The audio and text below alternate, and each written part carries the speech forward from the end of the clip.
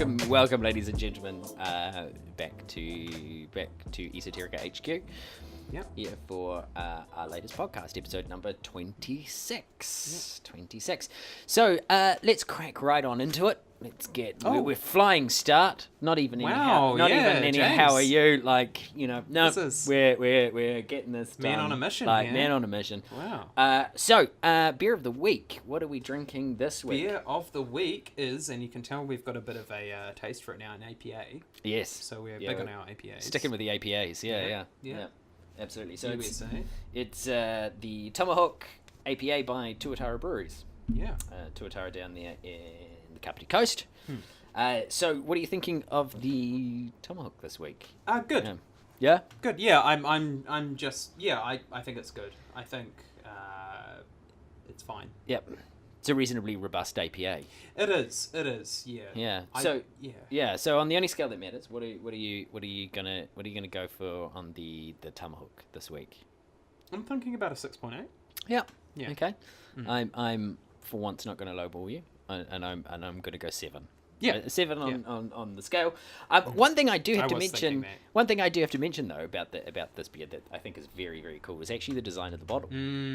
Like, so it has the Tuatara scales on it there and very things cool. like that, which I think is kind of cool. Yeah. It sort of gives it a point of difference, and I think that's kind of cool. Well designed. So awesome! Thank you very much, Tuatara, for the APA.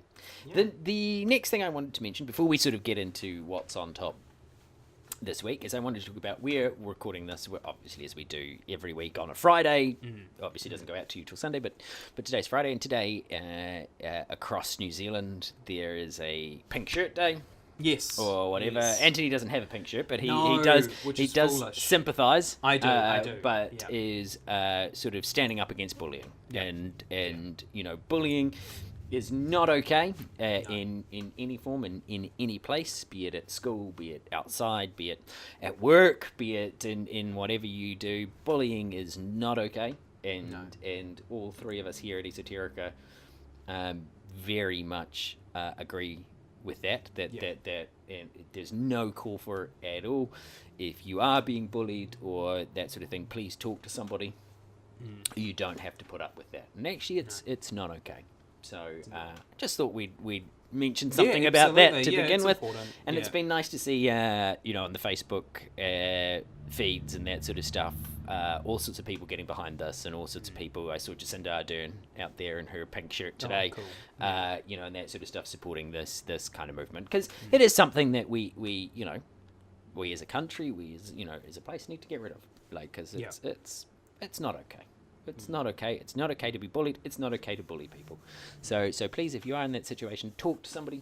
Get it sorted. And you'll be much happier. They will be much happier. Everything else. 100%.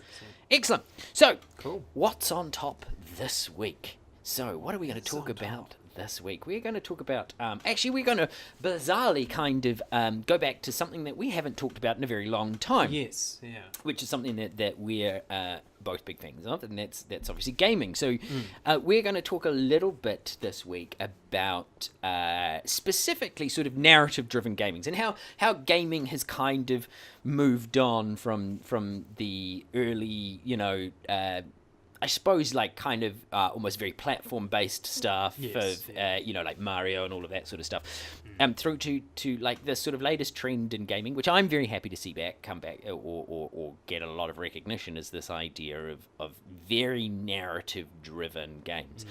So why did we decide that we wanted to talk about this? Because we were sort of talking about this a little bit on a stream, weren't we? So we were talking about it came up because we're obviously both huge fans of narrative-driven games. That's I think I can speak on James' behalf here when I say that we very much, you want a reason to continue playing. Yeah, absolutely. It's not enough to just collect points or absolutely. And if we wanted to do that, we'd play a online multiplayer game or something. But with narrative-driven games, and I think we've hit a sort of a moment now in video gaming time or history where that's coming back again. It sort of wavered for a little bit, but it's come back in full swing. And the reason we specifically were talking about it was because we were talking about Quantic Dream. Yeah.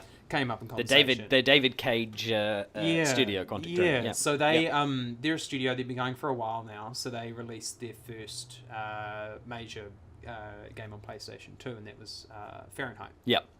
And so, and even then it was quite different. It was very different as far as games go. It was very story driven, very... Yeah. Well, it's sort of like David Cage himself is relatively interesting. Like, so David Cage obviously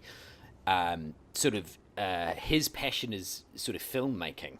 And so that's sort of what he so he sort of brought that idea, I suppose, of a kind of there must be a way in which we can use games to tell stories in the same way that we would with a film, and that's where we get things like Fahrenheit. And for those of you that haven't played Fahrenheit, it's sort of a bizarre experience. It's really cheap. I think it's available on PlayStation Network, that sort of stuff. Yep. It's real cheap. Like it is again, as Anthony said, it's a PlayStation 2 game, so like, you know, don't be prepared for graphical like amazing. Dated.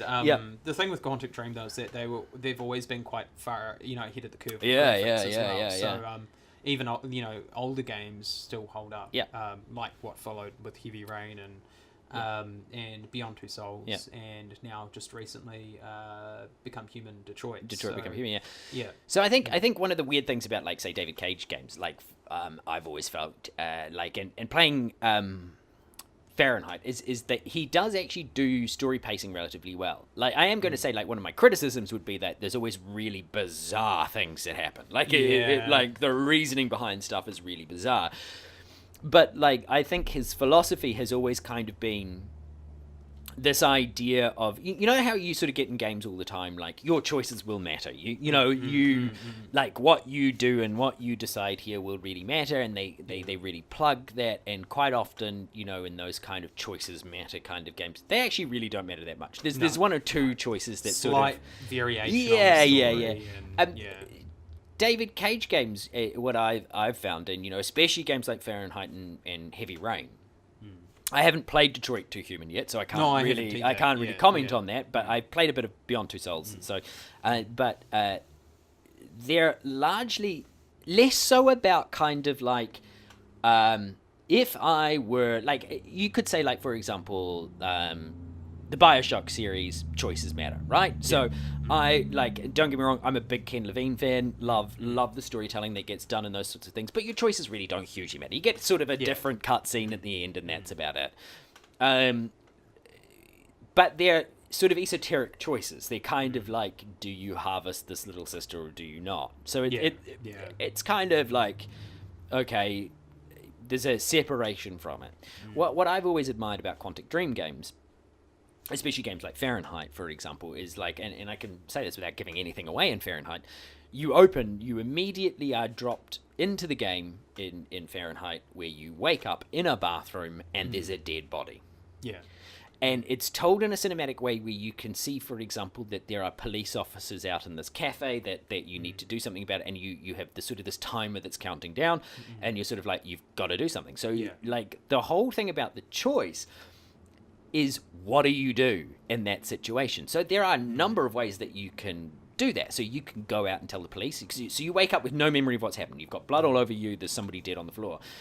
And you can go out and tell the police officer and say, hey, look, there's a body in the bathroom, and, you know, this has happened. I have no idea what's going on. Or you can, like, hide the body in the thing and try and wash off blood and walk out, or leg it out the window, or like all of, you know. So what it's asking you to do is really sort of think about, what would you do in this situation? How would you go about playing, you know, dealing with this situation? And I think that's really cool. And Heavy Rain did that really well.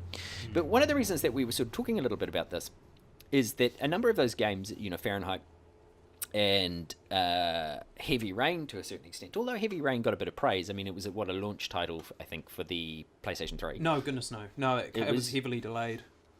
It didn't come out. It was supposed to be a launch title. It was supposed to, but it was heavily delayed. But they were sort of massively ahead of their time. Like, this idea of like a sort of interactive... I hesitate to sort of say interactive movie, because you do have more agency than that. But that's what they were criticised for at the time. Like, people were like, you know... it's basically an interactive movie. It's not even a game. Why would you would you play this? It's not even a game. It was so far ahead of its time, and then you end up with studios like Telltale who went completely that way into sort of Made interactive, whole, interactive stories. You even look at, I think we were talking about before, Until Dawn, like those kind of games, which are choices you make affect whether people live or die, or I think that's my biggest thing. If I were to, so my thing with Quantic Dream, they make usually visually stunning games. Yep. And part of that's because they get huge backing by Sony. Yep. Which is great. They support that kind of thing. The stories are usually very good. Yep. The script is awful. Yeah. The scripts are always awful. And this is one of the biggest problems I feel with video gaming in general. So I've thought about this for a while. Yeah. And all of my favourite story-driven video games that have the best stories actually have a very minimalist script. Yeah. So, for example, Silent Hill 2, which I still think has one of the best stories and atmospheres in any video game ever, is a stunning game, a stunning story, but it tells a story without overly relying on dialogue. Show, not tell. Exactly. Yeah. And when there are cutscenes with a little bit of dialogue, it's usually very trimmed down, very important. Quantic Dream, the script writing tends to be bad. It's just bad. And it's a shame because it sort of lets down what could be a really great story. Well, it's kind of like the difference between, say, something like, Bioshock or Silent Hill or something like that, where you sit there and you go, you piece together the world through what's happening. Bioshock more blatantly, but certainly Silent Hill. Like, I think Silent Hill 2, especially when you sort of come to it and you play it, especially if you played it when it first came out and that sort of stuff.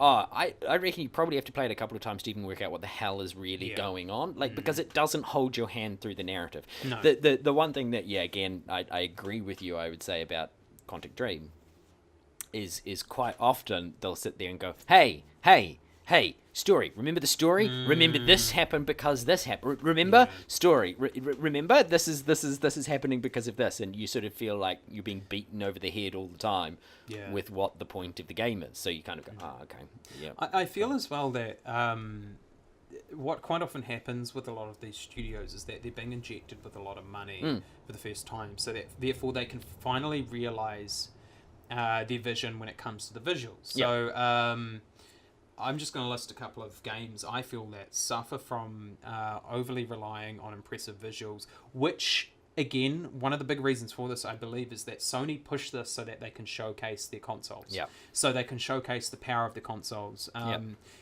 So Team Kojima with the Metal Gear Solid games, huge part of this. So, again, reasonably awful scripts, pretty cheesy. Again, Kojima, another person like David Cage who sees himself more as a film sort of director rather than someone creating maker. Although in saying that, the Metal Gear Solid games tend to be really enjoyable, but it's finding a balance. And Kojima, I mean, you can make an entire podcast about that in itself, but Kojima tends to have people that sort of rein him in, and he has a great team around him. My thing with the Metal Gear Solid series, and I'm going to let you finish, but Beyonce had no.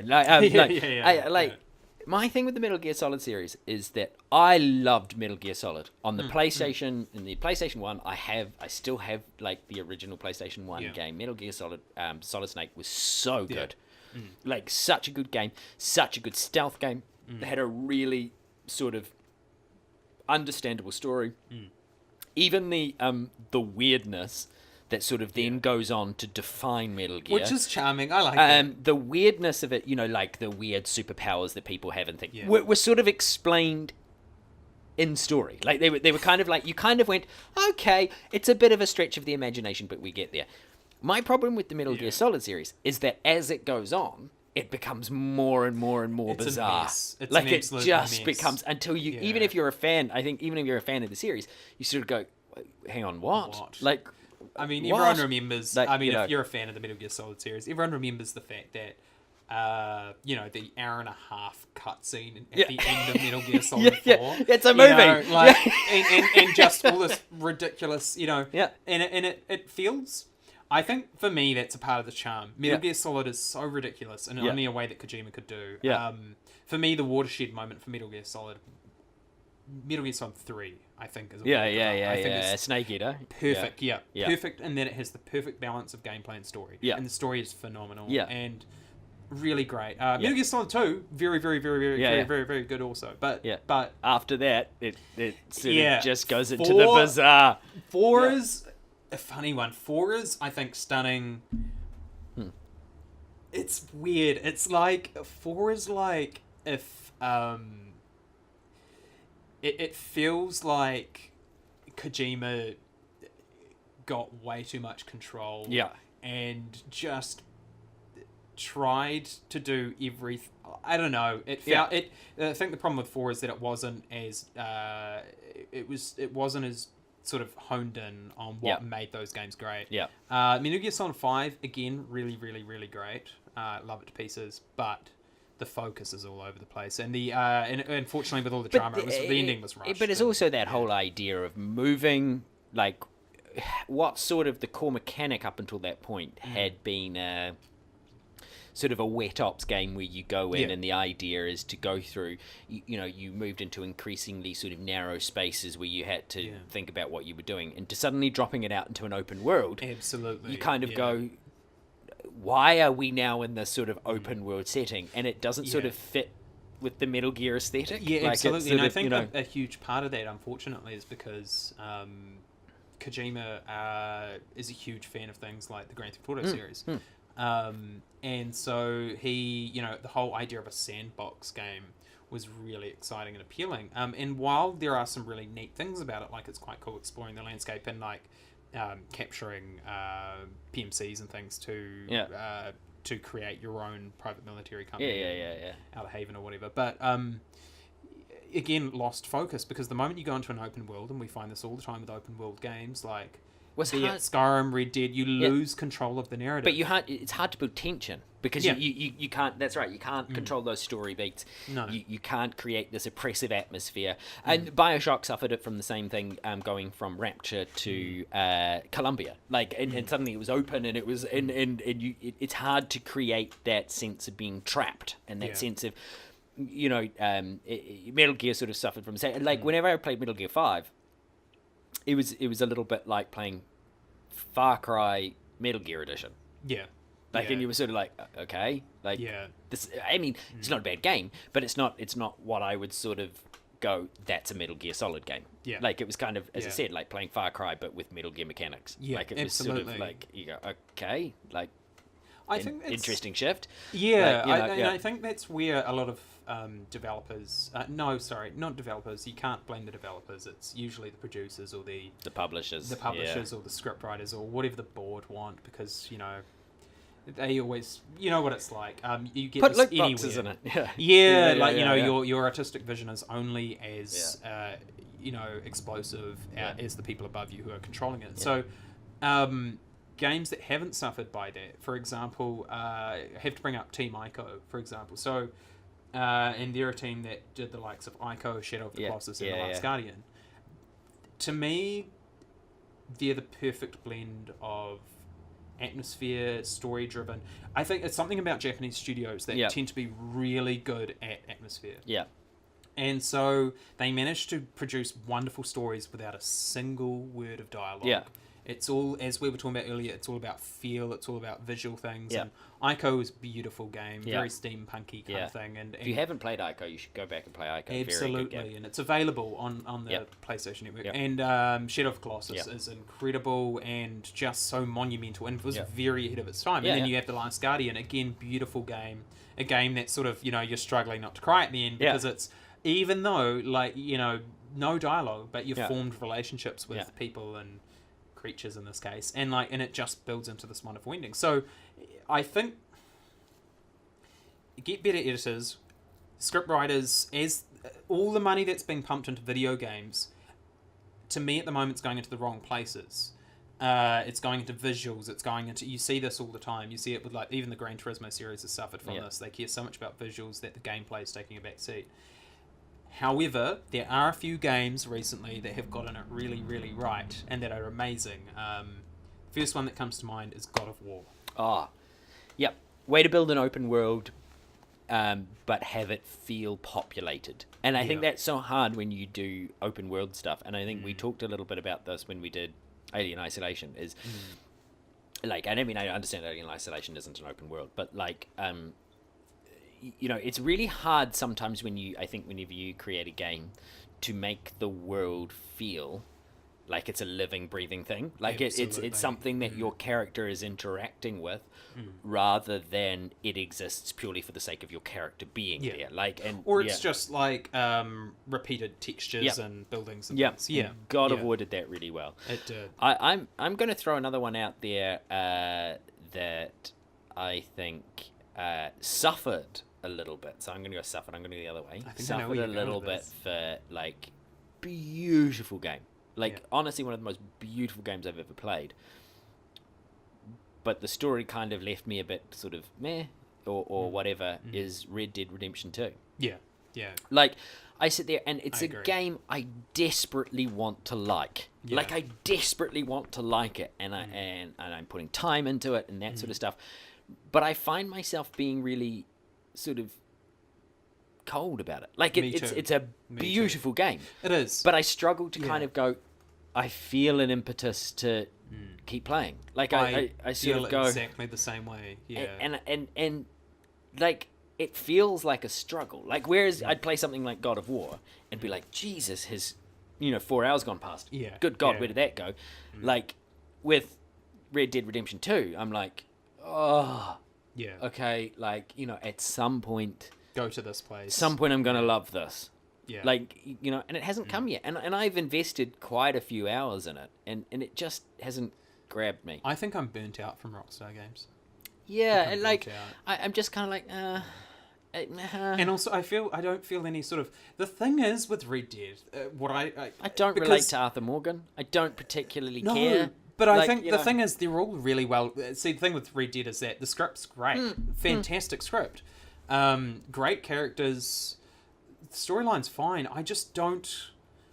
There's just something missing. Yeah, it's a missing X factor that just doesn't pull me in. And, like, the hype is just... I don't really... I guess I just don't... It suffers... I think it suffers a little bit from the GTA 4 problem. Like, I mean, I know GTA 4 was much grittier and much darker than, like, say, GTA 3, San Andreas, Vice City, all the stuff that came before it. But there was real heart in those games. Like, there was real, like, you wanted to interact with the world. You wanted to do stuff. GTA 4, you're just like, ugh. Well, they were fun. They were fun. Yeah, like, was 4 wasn't fun. The and cars like drove like they were barges on ice. Yeah, but the same thing. I find the same thing with Red Dead Redemption 2. I'm like, at some point, I'm gonna have fun. I'm not having fun yet. Like, I'm sort of like, eh. Okay, I'll give you another example of a game I think did story and visuals incredibly, incredibly well, and it was a surprise for me whenever I picked it up and played it. That for me is Final Fantasy 15. Yeah. Now, Final Fantasy 15, I think, is up there for me with Final Fantasy 7. Wow. So Final Fantasy series used to have really tight story, really good blend of, kind of open world, but, gave you a real reason to keep playing. Yeah. And I think that, they lost their way a little bit after 9. 10 was a bit, okay. Yeah. 11 with the whole online thing just fell over. 12... 12 was a huge shift. For yeah, the series. 13. Okay.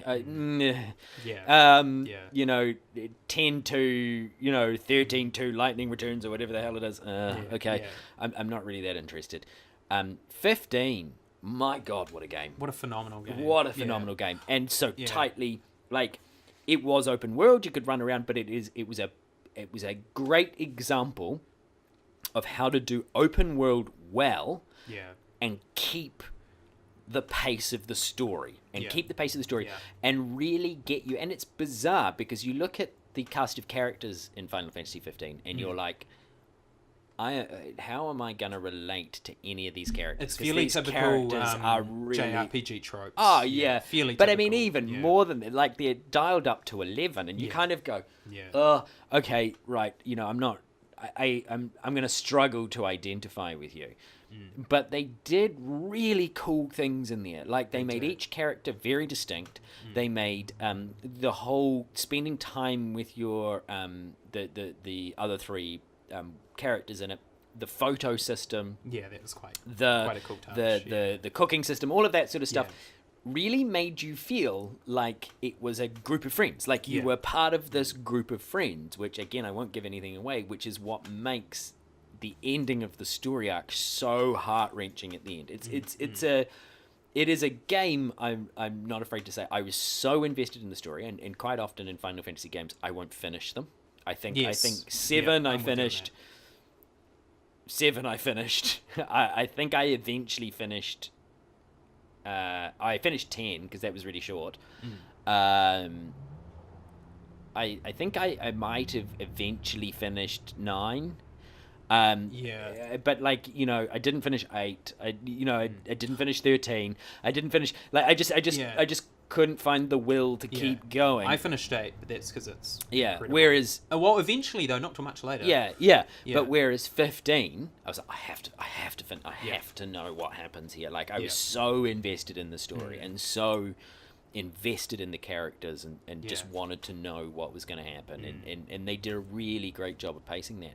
So you can do that open world and narrative thing really, really well.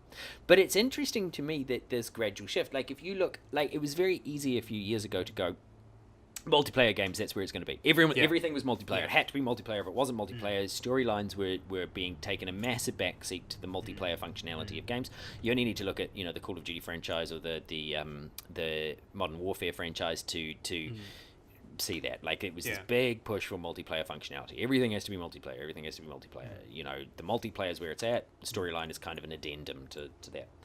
And it's interesting for me because like at one stage being involved in it, at one stage it looked very much like that's the way games were going. Which was a dark time. Yeah. However, if you look generally, I think take a much wider view over games, narrative has actually become really important. Like it's no longer satisfying enough to go, your hero, you've got to save Princess in a castle. Which, let's face it, was the storyline of Mario. Like all the Mario games are, Princess Peach is locked in a castle. Mario has to go and save Princess Peach, and that was all the story. There wasn't any deep story. There wasn't any deep, whatever. And you go through an increasingly complex set of levels in order to get to the final castle and rescue Princess Peach, and that's all people required for games. To a certain extent, if you tried to do that now,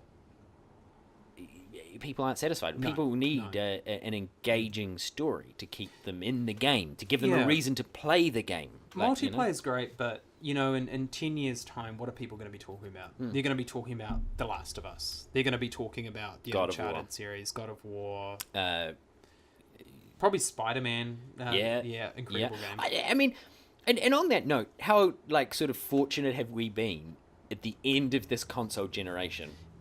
With some of the bangers of games that have come out, because there really have been some. I mean, if you look back over the last 6 to 8 months of gaming releases, there have been some amazing games in that period of time, like games that have blended all of that stuff phenomenally well, got the graphics right but also got the story right, phenomenal, and I'm looking forward to the System Shock remake or remaster and a new System Shock game as well. I'm incredibly excited about that. I don't think Ken Levine's involved, which sort of worries me a little bit. Me too.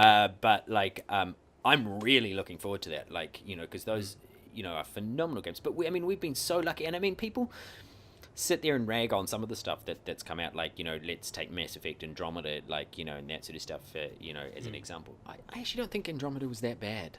People really rag on it. I don't think it was that bad. I think it certainly wasn't up to the same standard as, say, the other Mass Effect games. They were very, very good. But I mean, that's like saying, here I have, the most phenomenal craft beer on the planet, and, we're going to drink that, and now we've brought out a craft beer that's good, but it's not phenomenal, so therefore it's rubbish, and it's terrible, and it's... And a lot of the criticisms of Andromeda had to do with things like the face animations. It was buggy, but... It's a BioWare game. You kind of expect it to be slightly buggy. Like, You'd think by now. Yeah, but, No, you can't. I don't think you can excuse that. I don't think, in this day and age, I don't think you can excuse buggy games. Oh, no, don't worry. We'll patch it up with an update It depends later. on how buggy you're talking. Like, BioWare, I can Fallout get over... 76? So I can get over facial animations, right? Yeah. If you're starting to talk about the Fallout games, no. Yeah, no. Fallout, Skyrim, Bad. Bethesda, Yeah. no. Bethesda games are so buggy they shouldn't be released. Like, those are, like, I mean, I remember playing Skyrim for the first time and there were things like, giants would magically float off into the sky, or like, like all sorts of weird, bizarre things would happen. Fallout 76, Skyrim, Oblivion, they've been buggy to hell, like, they've always been like forever. And that's too buggy. Like, I can understand buggy, like, Andromeda, where every now and then, okay, the facial animations aren't great. Okay. Yeah. Cool.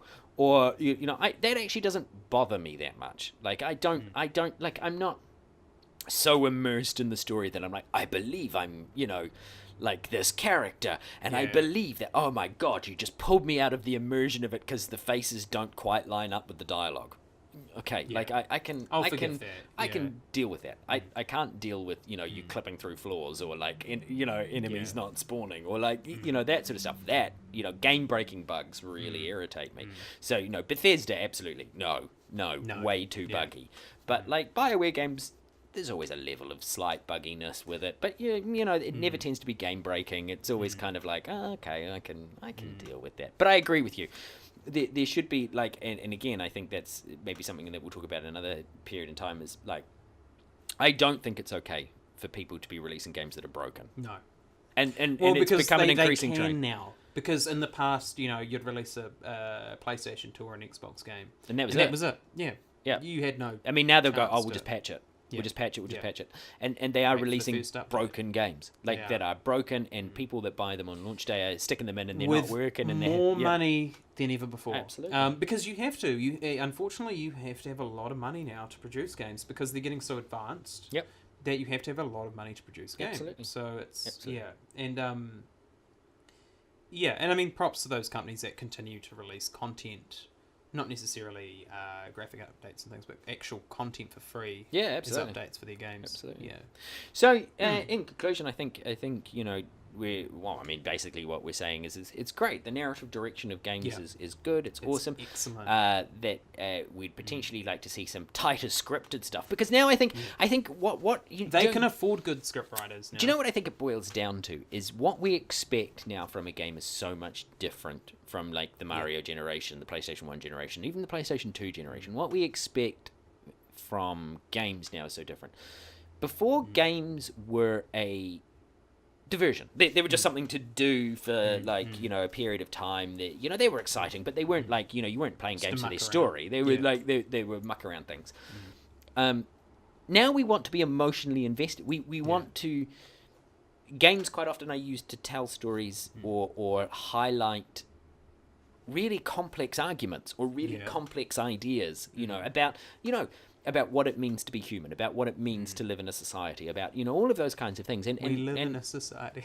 Yeah, like what we want from a game now is an emotional connection. We want it to challenge us. We want it to be, everybody remembers those moments in games, the will you kindly moment in BioShock, or, those moments where you go, oh. Well, the video, when you first watched the videotape in Silent Hill 2. Yeah, you go, oh my God. Like, everybody wants those moments. And those are the moments that we remember, the narrative stuff. Yeah. Like, where games really made us think about something, or really subverted our expectations of stuff, or and I personally am glad to see games going that way. So maybe a little bit less. I'll forgive you graphics. Yeah. I won't forgive you a rubbish story. Graphics I'm not too bothered about. It's actually art style, which I feel is the most important thing. It's the art style. You don't have to have photorealistic graphics as long as you have an interesting art style, like Persona 5. Borderlands. Oh, Borderlands, just cell shaded. No, it's really cool. No, they get very angry if you call it cell shaded. It's not cell shaded. It's poster art. It's inked. Oh. They get very, very angry if you talk about it being cell shaded, because they're like, it's not cell shaded. It's really inked. Yeah. Okay. Yeah. Okay, so you tune your saturation up to 100 and... But again, great use of story and open techniques word. that are used in cell shading. But a great, again, art style. style. It is fantastic. Yeah, it's fantastic. Yeah. Absolutely fantastic. Yeah. Yeah. Persona 5, Final Fantasy 15. Phenomenal. Like, like art style. The art style is brilliant in those games. And you avoid Uncanny Valley if you do that. Which, speaking of Uncanny Valley, here's Uncanny Valley. What a segue. Excellent. That was a brilliant segue. I love it. It was a brilliant segue into Uncanny Valley. Okay, so I have a couple of things for us for Uncanny Valley, for weird things that have happened this week in the news. So I was spending a bit of time looking around. So the first one I have for you this week comes from the Associated Press. So reliable news source. AP, yep. So 3 sought in $450,000 colonoscopy instruments theft at hospital. What? So police say 2 men and a woman broke into a Philadelphia area hospital and stole nearly $500,000 worth of colonoscopy instruments. Authorities said the trio had access to a secured area of a medical centre in Winewood, I think it is. The people walked out of the hospital with several colonoscopes with a value of $450,000. Police told the TV station that I can't say that word, colonoscopes, may be sold on the black market. So surveillance video shows the 3 driving up to the in a Jeep Wrangler, and one man and woman exit the vehicle. At some point, the third suspect joins them. Video shows all 3 of them leaving with full backpacks. So my first question. Is this a fetish thing? Well, you see, this is what I'm thinking. Is like, okay, you're sitting there, we're gonna plan a theft. This is what we're gonna do. We're gonna go and steal some stuff. Let's go steal some of those cameras they stick up your bum. That's like, that's what we should steal. That's got infinite marketability. But they're not using it for that, are they? They're using it for espionage. Is it? I see. Yeah, don't you reckon? Like for robberies and stuff. Yeah, I see. To look into homes and things. That's how they're going to use colonoscopes, is to they're using ass cameras for doors and stuff. Do some Splinter Cell stuff with colonoscopes. It's gotta be. Because that's the thing. Like, because the technology is real good, and obviously it can see in the dark.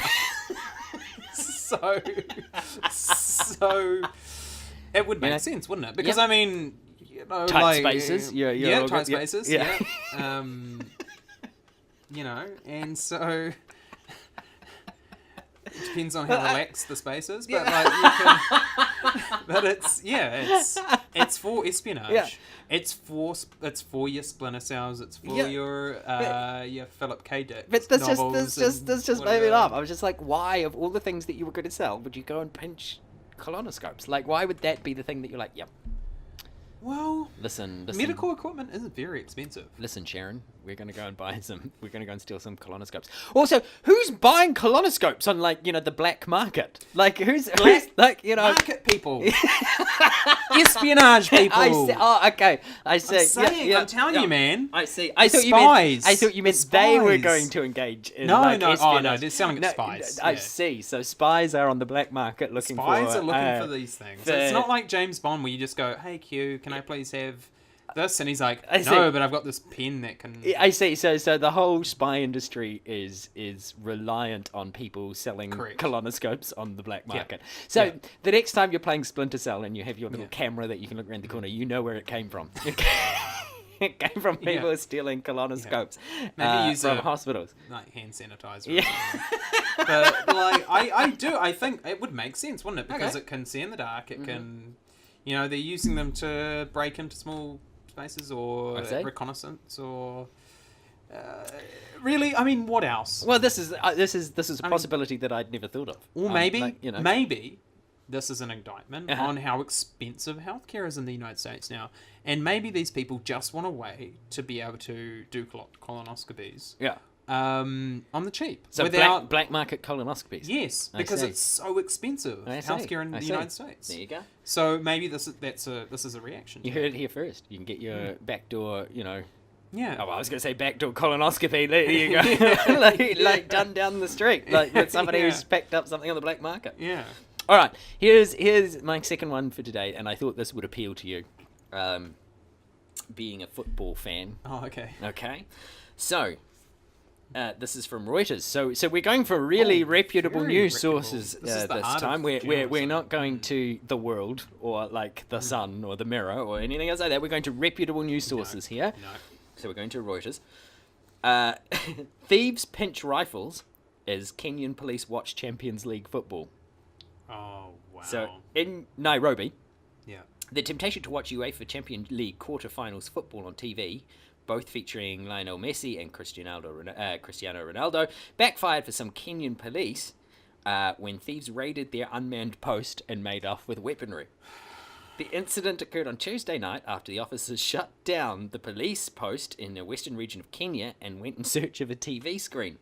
As they watched the two matches, Manchester United versus Barcelona and Juventus against Ajax on TV at a nearby shopping mall, thieves raided the post and escaped with 3 rifles and ammunition, according to a police report. Other officers were being mobilized to swing into action to recover the firearms, the report said. It was not immediately known whether the absent without leave officers were disciplined. European football, particularly the English Premier League, is highly popular in Kenya and across the African continent.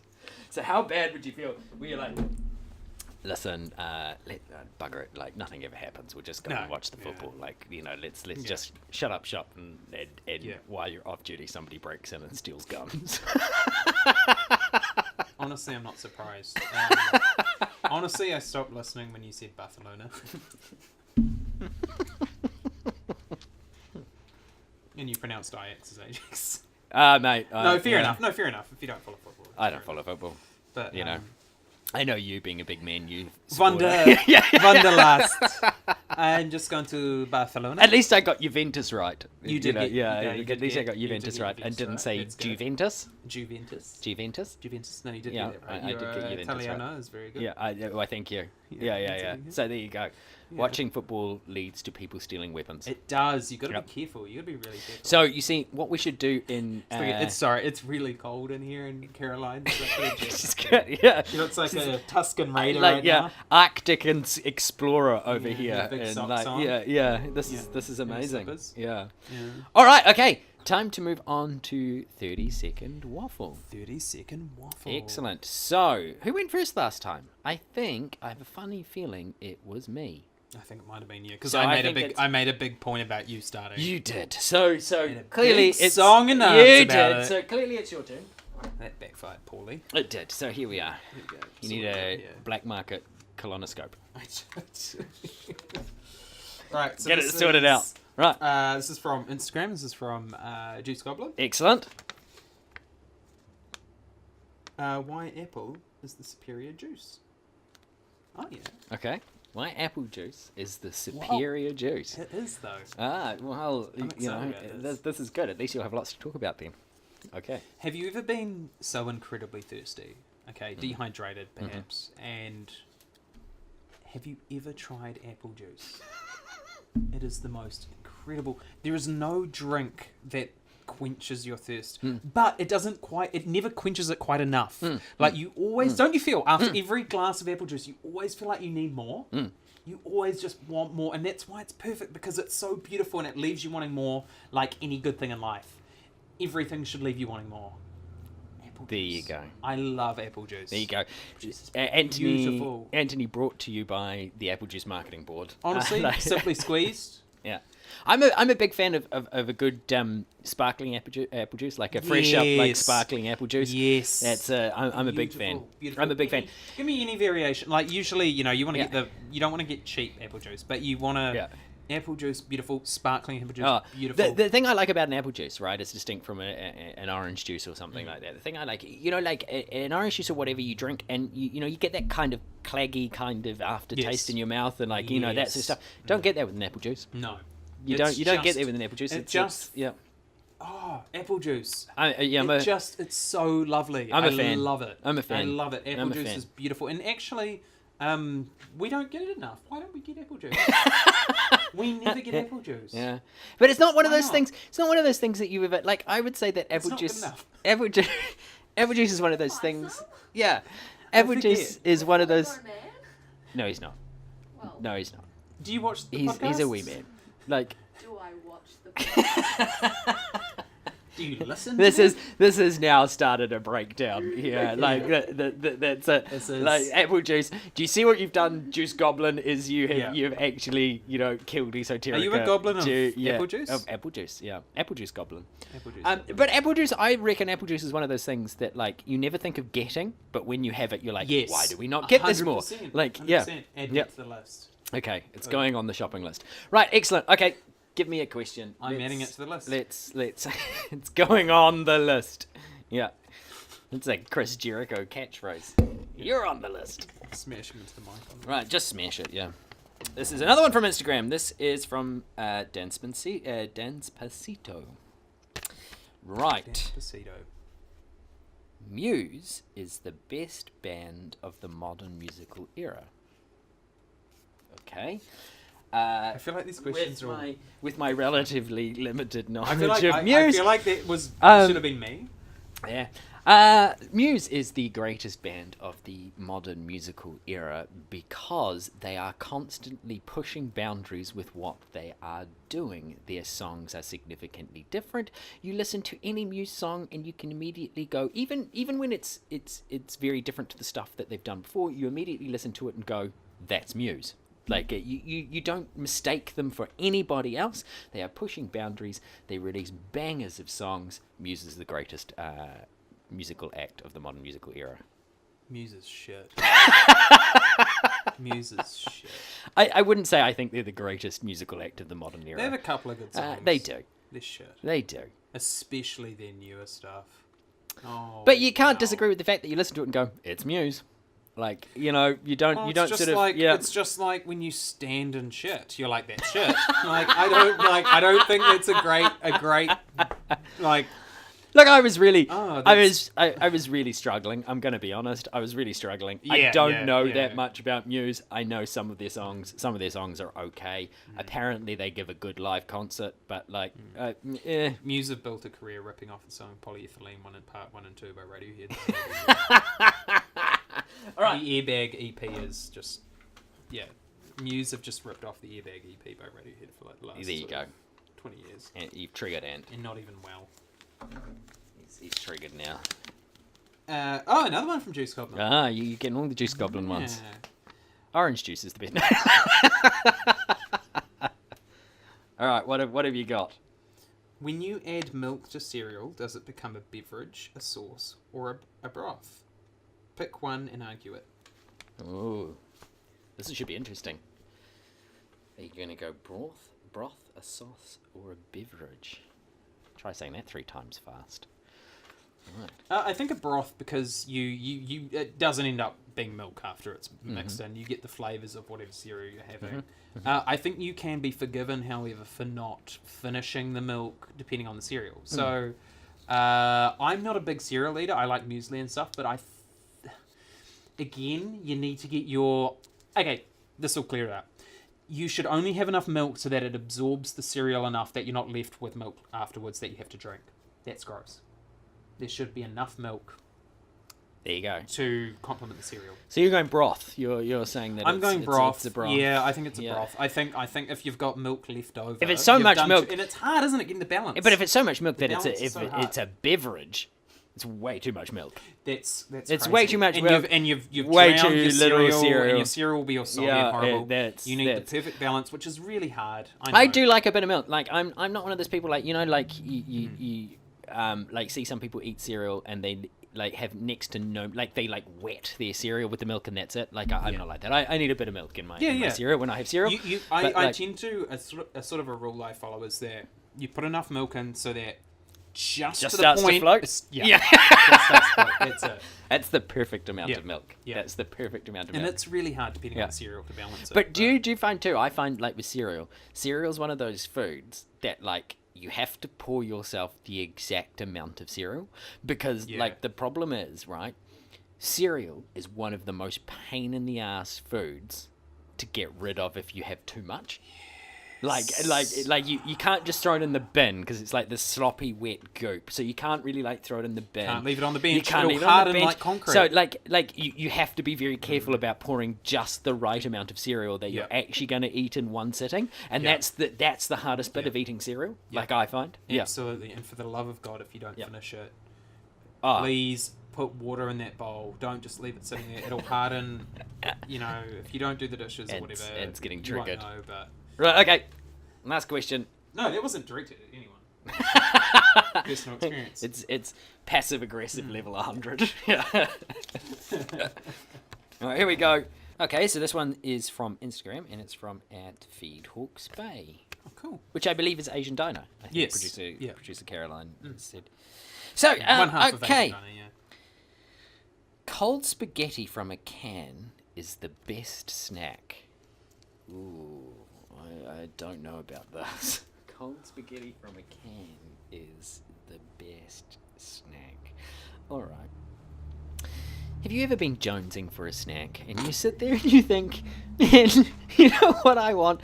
I just want to eat something that is slightly healthy for me, but it, at the same time, it's just going to kind of hit that spot. Well, I'm here to tell you today that is cold spaghetti from a can. If you eat cold spaghetti from a can, you can do it guilt-free, right? You'll kill that Jones for a snack. It'll the spot. Cold spaghetti from a can. Have you ever been jonesing for a snack? Are you kidding me? That sounded like an infomercial. Have you ever been jonesing for a snack? I'm now crying. Well, boy, do I have the news for you. I hate spaghetti, so I can't even be like. I would never be like. You know what? I feel like some cold spaghetti from a can. I'm going to stop you right there. Do you know what I'm jonesing for? I was legitimately trying to think of a reason why you would be like, cold spaghetti. That's, you know what? Skip the chocolate biscuits, go straight for the cold spaghetti in a can. I'm like, no, I'm sorry. I'm not on board. Yeah. Not on board with cold spaghetti from a can. I'm generally not on board with anything cold from a can. No, unless it's peaches or something. Yeah, but then why would you be Or getting them in a blueberries or can? something. No, you wouldn't eat them straight out of the can. You'd pour them into a bowl. You'd make a fruit salad. No, I'm not a fan of fruit salads either. Like, what would I eat from a can? Fruit salad. Yummy, yummy. Yeah, I'd eat Wiggles. No, I'd eat What? That's I'd one eat of the best- I'd eat creamed rice Fruit from a salad can. by the Wiggles is one of the best songs to ever come out of Australia. Well, that's no argument here, but like fruit salad itself is still shite. No, it's yummy. Like yummy. I'd eat creamed rice from a can. Yeah, fair enough. What else? Not would a controversial. No, producer Caroline's not happy about that. Not. Creamed rice from a can, I'd eat. I don't know. I know someone who eats condensed milk right out of the can. Ew, Yeah. that's disgusting. Yeah. What else would I eat from a can? Like there's tuna out of a can. Like Yeah, that's fair. yeah, I'd eat tuna fair. out of a can. Like a cat. Yes. Just buy me some whiskers, eat them straight out of and I'm happy. No, I can't think of a lot of things that I would eat out of a can. Certainly not spaghetti. No, So you're not. I wouldn't buy spaghetti in the first place. No, Have it in a we're can. more of a baked beans. Baked beans with the sausages in it. Caroline likes spaghetti. No, baked beans with the sausages in it. I'd go, but not just straight baked beans. That's It's a honestly. with the sausages, man. It's a good. I think baked beans and sausages are one of the top 5 greatest crossover events in history. I think pretty it good. probably beats out Avengers. Yeah, I would say so. Yeah. Like I 100% agree. Bit of baked beans with sausages and a bit of cheese on there. Oh, Nice. yeah. You've On got toast. you've Put it got on yourself toast. you've got yourself a meal. Lightly buttered toast. Oh, bit of yeah. pepper on there. Put a Yeah, bit of pepper, but put a white bit of bread. pep- None of this faffing around with grains. Like Yeah, you that's know, fine. That's no, fine. no. Grain. People faff around with brown bread or grains. No. Get a life. Eat No. some good white Not bread. not Like- whole grain. Not whole grain. No, whole grain's rubbish. Put on some proper. White bread. No. Big, thick, super thick toast white bread, lightly buttered with some baked beans and sausages and cheese on the top. Dunno. I'm all about Put that. them on some Vogels. I'm all I about love that. No, Caroline no, would too. you can keep your Vogels. Give me a No, good, good. super thick white bread. Yep. Yeah, super Every thick time. white bread for a basic white bitch like James. So for a super thick white person like me. Yeah. You heard it here first. Yeah. That's I'd be all about that. No, fair enough. I'd be all about That's that. cool. But That's cold cool. spaghetti out of a can? Nah, not having it. But, Not having it. But even if you were really Jonesy. Jonesing for a snack. Like, you know. You've clearly never been jonesing for a snack. Yeah. Stunning. That's an incredible turn of phrase. But just, you were so frank. I love You were how so I started frank. that with, have you ever been jonesing for a snack? And that was the end of You were you. so Like, frank that was about that it. was the end of you Oh my participating God. in Yeah, this. no, Yeah, I was done. It was me. And then I That's almost me. couldn't talk because I No. was laughing at you No, I laughing know. about I know. jonesing for a snack. It was pretty funny. Have you never jonesed for a snack? You've been jonesing for a I've snack? Like, never you know. Jones for a snack. I've franked for a snack, but I've Have never. you? Yeah, I don't know. It's I've close to never- jonesing. Yeah. Is it? Yeah. I don't know where it is on the scale. I know, Frank comes below Jones, I'm too I busy think. being incredulous Yeah, about it. yeah. Jonesing for a snack. Talking of jonesing for a snack, Uh-huh. we're currently. We had the best segue of all time earlier. We did. I felt the need to balance it by having a not so good segue. Okay. So Excellent. That was my segue. So we're at the end of the podcast. You know, we've had some laughs. We've Did you just say, cried. speaking of jonesing for a snack, we're at the end of the podcast? We've had That is some, the world's worst segue. We've had some good times. We've had some bad times.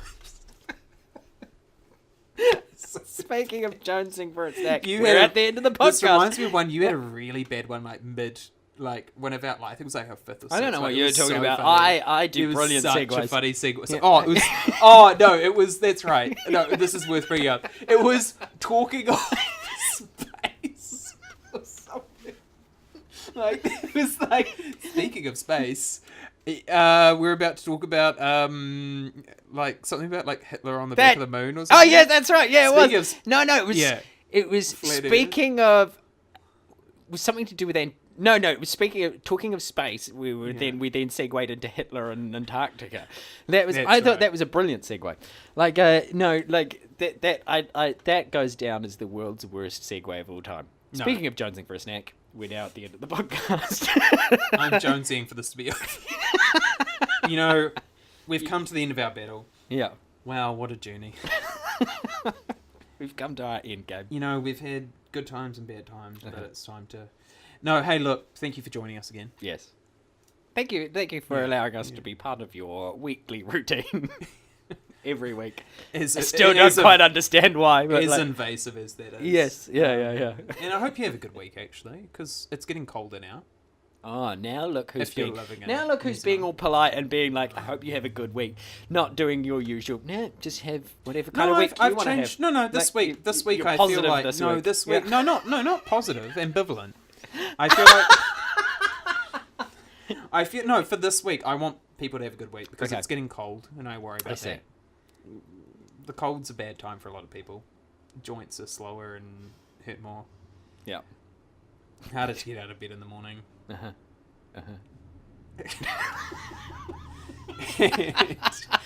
And so, and you know, it's that annoying time of year where you have to like sort of Heat put your some spaghetti. heat your spaghetti when you're jonesing for it. You've got to pour hot water on your car, on the windshield, and it's a pain in the ass. In saying that, though, have a good week. Thank you for joining us. The pacing. We were talking about narratives earlier and video games and storyline and We pacing. really screwed We've up the pacing screwed up of the end of pacing this. Yeah. Yeah. I'm not even sorry, by the way. I'm not sorry. Yeah. You signed up for this. This is You what, signed up for this. This is what you get for your sweet subscription. Yeah. Anyway, thank you very much for joining us this week, and we will see you out there on the streams. We will see you.